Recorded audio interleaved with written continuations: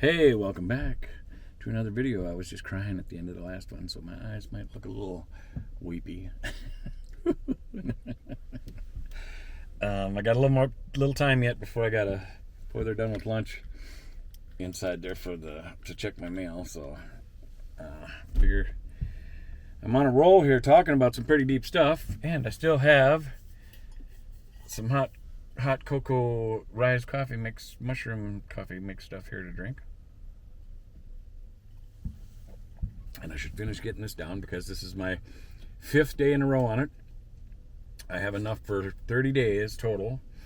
And I'm hoping within those 30 days I will see a result, because it's supposed to help dissolve away belly fat because it lowers your cortisol levels. And apparently cortisol levels is what makes your body want to store body fat. So if it works in the theory that they're talking about, I'm willing to try it for 30 days and see what happens. And maybe, just maybe, I will be in really good shape. So you can only see up here right now, because if you see down below this here, it kind of rounds out a little bit. I've been around, man. I'm around all right.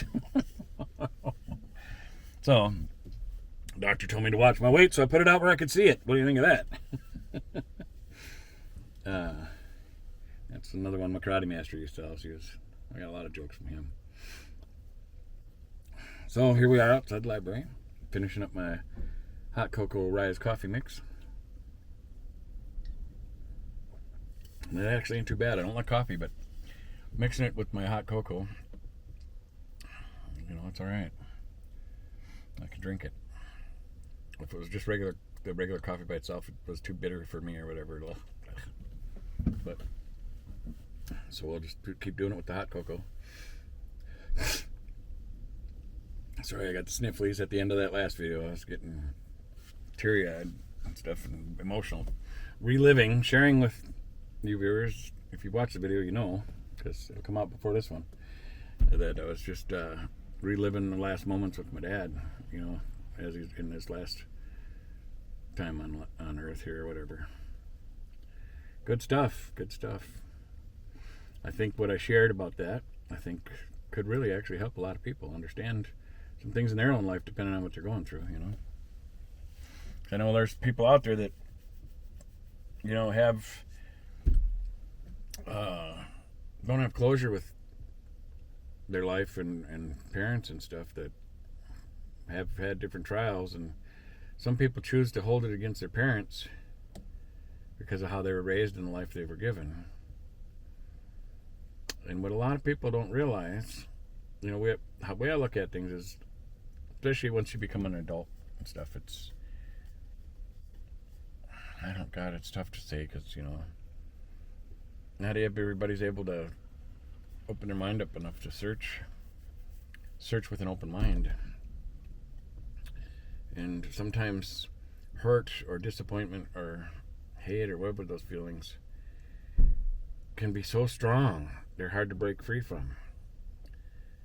And to have a better view and perspective on life, you have to try to break away from those hurting, sad, negative feelings. Even though we're human and we continue to have them, depending on what's going on in life. But you need to be able to try to break away from them or set them aside in the search for answers or things that make it better. And what I have found, and I don't know how to, I'm sure I'll cover it in different videos and different situations, but I'm responsible for where I am in life.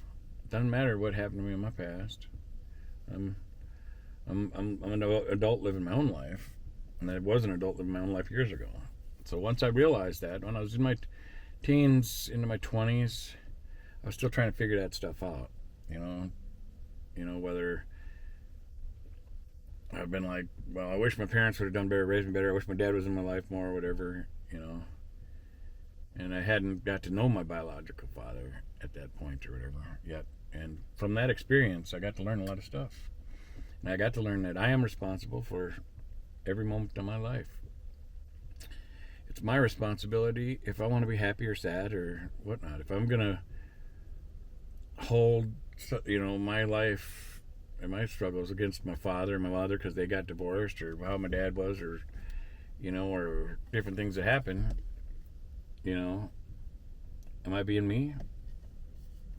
No, I'm not. I'm being them or whatever. I'm not allowing myself to grow into who I'm supposed to be. So once I realized that it's my life, I started looking at things different and searching to understand things more. I've always been like that with knowledge. I tell people that I am a dry sponge and knowledge is like water. I just want to soak it up, because the more knowledge, the more understanding you have about everything. The more you learn. So, in my babbling on here, I got lucky with my father. I got to know him, understand him, and understand that it's not that he didn't love me or stuff when he wasn't in my life. He was an alcoholic, and growing up in the things he had been raised and things he had to go through, he didn't find his way through his life as well as some people do. He couldn't find the answers. He wasn't able to beat some things, or get past certain challenges.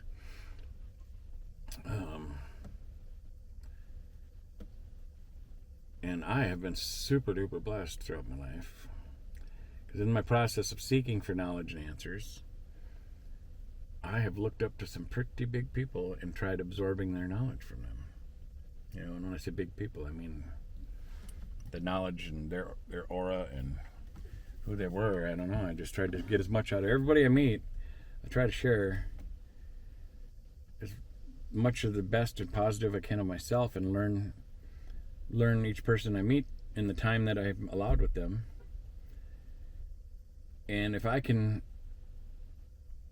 anybody I meet, when our paths cross, if we separate or whatever, if me being in their life has made a positive impact, or made them a better person, or made them look at something differently or whatever, that's awesome, And knowing that just me being me could help somebody else be them being them. How cool is that? That is awesome. So I try to do that to the best of my ability. And I deal with some people. I've dealt with people that, that are upset with the world or whatever, and got more tunnel vision. And I believe a lot of these people, I've really helped them to open their mind a little bit and at least be accepting to possibly thinking a little differently. And you have to be able to do that to let yourself grow.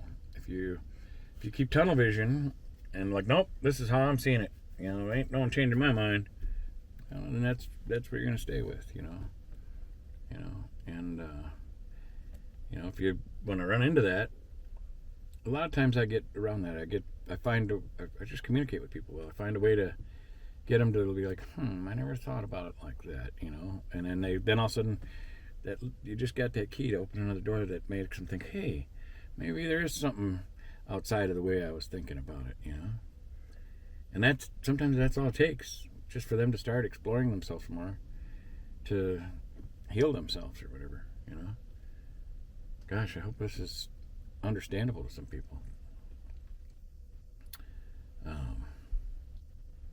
Just really cool seeing that happen and doing that. And I got to do that with my dad. Got to understand him and understand that he was raised differently. It wasn't that he didn't love me. It's just the way he was raised and how he knew how to deal with stuff. My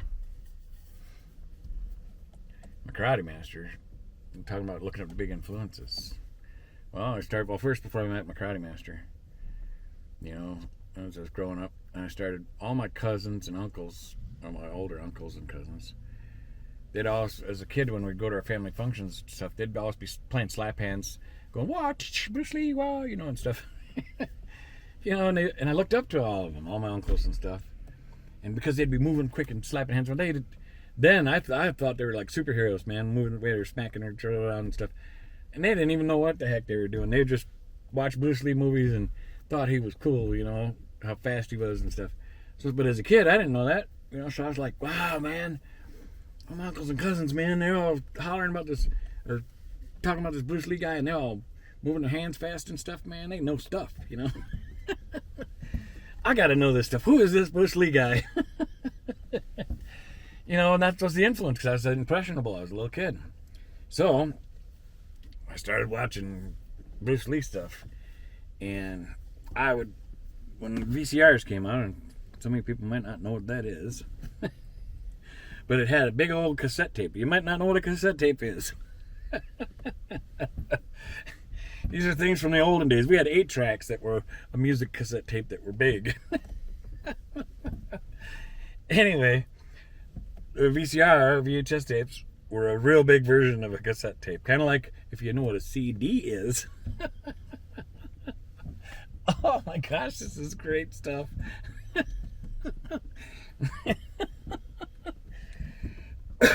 CDs were around before everything went digital. Oh my goodness gracious. But the VHS tapes, you know, I'd put in a VCR tape that I got Bruce Lee on that, and sometimes I'd have to record them on like Kung Fu Theater that used to be on Sundays or something, you know, and they'd have different Kung Fu movies on. And I think that's what it's called, was Kung Fu Theater. And, you know, all the movies were like, so, I'm going to hurt you really bad. Because they were all voiced over because they were filmed over in Hong Kong or whatever. And, so I'd play those tapes, man, and Bruce Lee, because all my cousins were all, Bruce Lee, Bruce Lee, Bruce Lee. So anytime I'd watch some Kung Fu movies, but even though there was good martial arts there that I wasn't paying attention to, my mind was focused on, I got to watch the Bruce Lee ones, because all my uncles and cousins, they rave about him. He must be the best, you know? So because I don't know no better, I'm just a kid. So I watched Bruce Lee movies, and I was fascinated by nunchucks, you know, and he'd spin nunchucks. Just amazed me, because you know, everything's moving so quick. I'm like, what the heck did he do there? You know, he's got them all dancing around him all these places, and I don't even see how he's making it go around him or nothing, you know, like.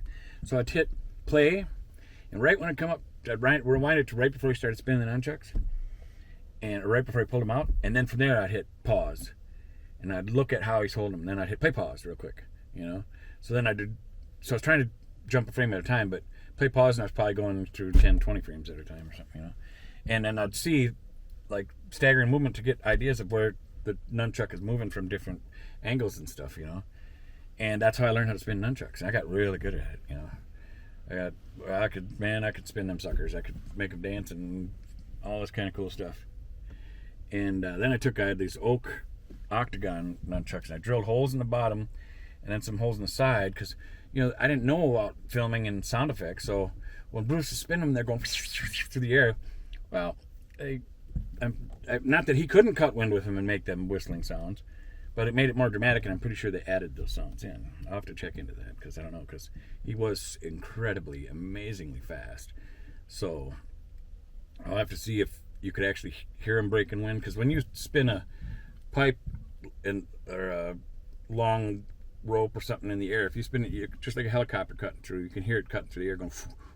So it's very possible he had that real sound coming out of it, I guess, you know. But I don't know if they added it in editing to make it more dramatic or not. But anyway, I didn't know that, so I'm like drilling holes, like, how'd you get that sound? How'd you get him moving so fast? So I'm trying to keep up with him and once I drilled the holes, then I could get the whistling sound more. So then I felt more like I was really getting as good as Bruce Lee, you know. And so here I am looking up to this icon like Bruce Lee and learning how to spin chucks really good and doing all this fancy dancy stuff. And the day that I watched him slowed it down where he did double chucking and he'd get them going in together, all whipping around him and stuff, I'm like, how do they not get tangled up in the middle, you know? And play pause. I seen it. So then I started doing it. It looked cool. Then I could make them intertwine, and it looked like they should be getting tangled up, you know. But that was really cool. Then after I met my karate master all these years later, it wasn't the first day I met him, you know, because the first day I met him I spent like 12 hours or so with him, and we just clicked. But then later on, the nunchucks, he seen that I had some of that, and he said, so you know how to use these? And I just kind of smiled, because before I went and seen him, I knew that the last thing a teacher wants to hear is what you know, because you're there to learn from them, you know. You ain't there to tell them what you know. So I kept my mouth shut on a lot of stuff until he asked about it, what I had for training or what I knew how to do. And he found that out. He knew that, he could tell that I was holding back, but I was doing that out of respect for him. He was a teacher. I wasn't there to tell him stuff.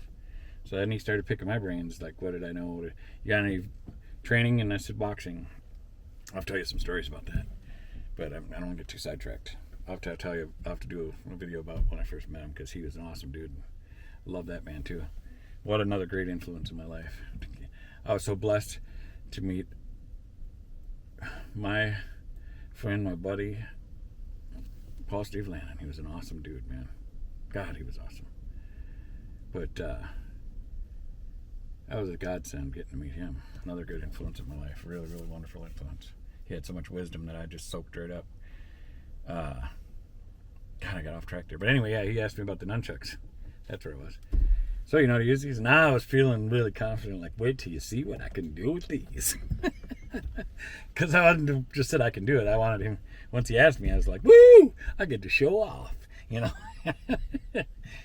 So I put on a pretty good show. I started doing some dancing with him, and I could see he was impressed. He just got a good smirk or grin on his face, like, wow, that's pretty impressive. And yeah, I showed off super hard for him. I wanted to impress him, so I was like going underneath my legs, around my back, and I was just doing all kinds of cool stuff. I was trying to pull out every trick I'd ever learned. There's a couple I didn't do because I didn't want to mess up, that I didn't have down really good. And but he was impressed. And then right as I come to the end of it and stopped, and I'm smiling at him like, yeah, ain't that good? Blink, he yanks them from him, and he says, now, you want me to show you how to really use them? I was like, what? And all these years that before I met my karate master, the years that I had practiced frame by frame, and I bought Bruce Lee books, I bought the Tao Jeet Kune Do, I was trying to learn a lot of this stuff on my own. And, where am I at here? Oh my goodness gracious, I'm getting long again. So, all the stuff I learned, and right after I put on this big impressive show for him, he yanks them from me and says, now do you want to learn how to really use them? I was like, what? And he did. He showed me how to really use them, how to use them for striking, get power out of them. Everything I was doing was just a fancy dance show. Didn't have power in it or nothing, for striking. I just did what I learned to make for what they did in front of the camera, And and he did. He took everything that I had spent I don't know how many years it was, but learning all that, and he just, in less than 5 minutes, he just took it all away from me and showed me how they were really used, But the thing is because I had all that dancey stuff in me, once he showed me how to really use them, then within those movements, I knew how to really turn it into a good strike or a good trap or a good movement or a good fulcrum, So all that practicing I'd done, then he was able to show me how to really use them, and I'd already knew how to move them, but not how to use them to get the most out of them or whatever. I don't know. It's kind of hard to explain, in a short moment of time. But awesome stuff. Totally awesome. And I should tell you, I'd like to tell you about how, like when they'd train ninjas or something like that, or different warriors in the martial arts, how they would give them a bow for a bow and arrow, and they might have the bow for 5 years before they were ever given an arrow. Because they learn that bow becomes part of them. They learn how to keep drawing it to build up their muscles, and how to be steady with it in any type of movement, and be able to hold it, as they're moving. Because that way they're not thinking about the arrow. They're learning that bow. And so that way by the time they get that arrow, they're so much more prepared already than if you gave them the bow and arrow right away, So learning each step and learning it well. It's depending on different forms of training. In the classical martial arts, or kung fu, or that maybe they might do that. Some teachers, all teachers are different. Somebody might teach at a different rate, but sometimes in the old days, because people had to travel long distance, so you might not live next door to a master to learn. So you'd have to go to a master if you wanted to learn from him. Once he's going to teach you, You might live miles away and have to journey there. Not like today where you can just zip, go get over there. And you might have to take a journey to get there, and the master would show you, you know. Let's say it was classical. I'm getting long here, but we'll do this quick and then I'll end it. You know, if it's classical punching, you know, he might have you doing these, you know, and he says, okay, well, this is what I want you to train on, you know, and maybe he wants you to really snap it good. Right when this is snapping forward, this one snaps back, you know. And I want you to do that, and that's what I want you to work on. And you practice that, you know, every day for an hour a day or something like that, you know, and until next time you're able to come see me in a month or whatever, you know, from back then, because you didn't have cars and all that stuff. So that person would work on that move over and over and over. So by the time they go to the master again, they got this move down really good, and they're powerful with it. You can see different definition in them and everything because they've been practicing it over and over and over. So when they get back to the master, they can show them, look how good I can do it. Look at how it snaps. Look at how powerful I am with it. Well, now they got that move down so good. Now we can add something to that. Now we're going to teach you a block before that strike, you know. So now you're going to be practicing this move over and over and over till the next time you see the master, you know. So you'd get good, really good at each move because you didn't get to just hop in a car and buzz over there and say, okay, master, I've worked on this for a little bit. What else can you show me, you know? You know, so that's kind of how training went back then. I learned a lot from this man. He taught me lots of good stuff about the history and everything, about why there's jumping side kicks and all that kind of stuff. But I can't talk about that right now. The video's getting long, and well, there's another different one. I don't know how this one relates with God and my faith, but it's who I am. You know, it's me sharing me. And I do have a very strong faith, and God is wonderful and amazing. So, God bless you. Thanks for watching. I'll see you on the next one.